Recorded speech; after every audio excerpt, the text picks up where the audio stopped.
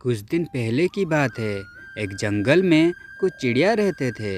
वो अपने घोंसले को मजबूत कर रहे थे क्योंकि बरसात के दिन नज़दीक थे। एक दिन एक चिड़िया का परिवार उस जंगल में रहने आए। वो घोंसला बनाने के लिए एक पेड़ की तलाश कर रहे थे जहाँ वो बरसात के दिनों के लिए एक मजबूत घर बना सके। कुछ दूर जाने के बाद वो नदी के किनारे पहुँचे। वहाँ पर बहुत सारे पेड़ थे। उन्होंने अपने लिए एक अच्छा पेड़ खोज निकाला। अरे ये आम का पेड़ अच्छा रहेगा, चलो इसी पर अपना घर बना लेते हैं। वो पेड़ के पास गए और उससे प्रार्थना की। ए आम के पेड़, हम बारिश से पहले अपने लिए एक घर बनाना चाहते हैं। कृपया आप हमारी मदद करें, हमें अपनी एक शाखा पर घर बनाने की अनुमति दें।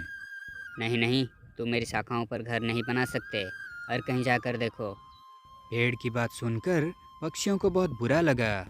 इतना अहंकार अच्छा नहीं है आम का पेड़।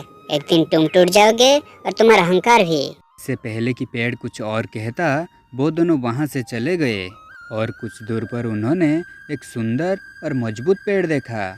उन्होंने उस पर एक घर बनाने के लिए पेड़ से अनुरोध की। अरे जामुन के पेड़, हम आपके पेड़ की शाखाओं पर एक घर बनाना चाहते हैं। अगर आपको कोई परेशानी ना हो तो क्या हम आपके शाखाओं पर एक घर बना सकते हैं? हाँ हाँ, क्यों नहीं। तुम मेरी शाखाओं में बिना किसी चिंता के घर बना सकते हो। पेड़ खुशी खुशी से राजी हो गया। पति पत्नी ने उस पेड़ पर अपने लिए एक सुंदर घर बना लिया और खुशी खुशी रहने लगे। कुछ दिन बीत गए और बरसात के दिन आ गए। दोनों अपने घरों में सुरक्षित थे। एक दिन जंगल में तेज बारिश और हवा चली। तेज हवा के कारण आम का पेड़ गिर गया, जिस पेड़ ने पक्षियों को अपनी शाखाओं में घोंसला बनाने के लिए मना किया था। जब बारिश और हवा रुक गई तो पक्षियों ने घर से बाहर आकर देखा कि आम का पेड़ उखड़कर नदी में गिर गया है। यह देखकर दोनों बहुत खुश थे। हमने तुमसे कहा था ना आम का पेड़, एक दिन तुम भी टूटोगे और तुम्हारा घमंड भी टूटेगा। आज वो दिन आ गया है। तुम लोग मुझे गलत समझ रहे हो।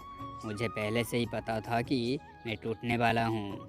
मेरी जड़ें मिट्टी छोड़ रही थी और शाखाएं कमज़ोर थी। इसलिए मैंने उस दिन तुम्हें अपनी शाखाओं पर घर बनाने के लिए मना किया था। अगर तुमने मेरी शाखाओं पर घर बनाया होता तो आज तुम जिंदा नहीं होते।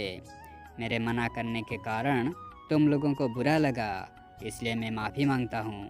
आम के पेड़, आप हमें माफ कर दें, हमने आपको गलत समझा। पेड़ के बात सुनकर दोनों बहुत अनुताप किए और बहुत दुखी हुए। दोस्तों, जीवन में कई बार हमें इनकार का सामना करना पड़ता है। बेशक कोई ना सुनना पसंद नहीं करता, इससे हमारी भावनाओं को ठेस पहुंचती है और उस समय हम केवल अपनी भावनाओं के बारे में सोचते हैं। हम खुले मन से कभी नहीं सोचते कि इनकार करने वाले की कोई मजबूरी रही होगी या उससे हमारी भलाई के लिए इनकार किया होगा। हम उन्हें बुरा भला कहते हैं। हम दूसरों के सामने उसके बारे में बहुत बुराई करते हैं। हो सकता है किसी का इनकार हमें एक बड़ी समस्या से बचा सके।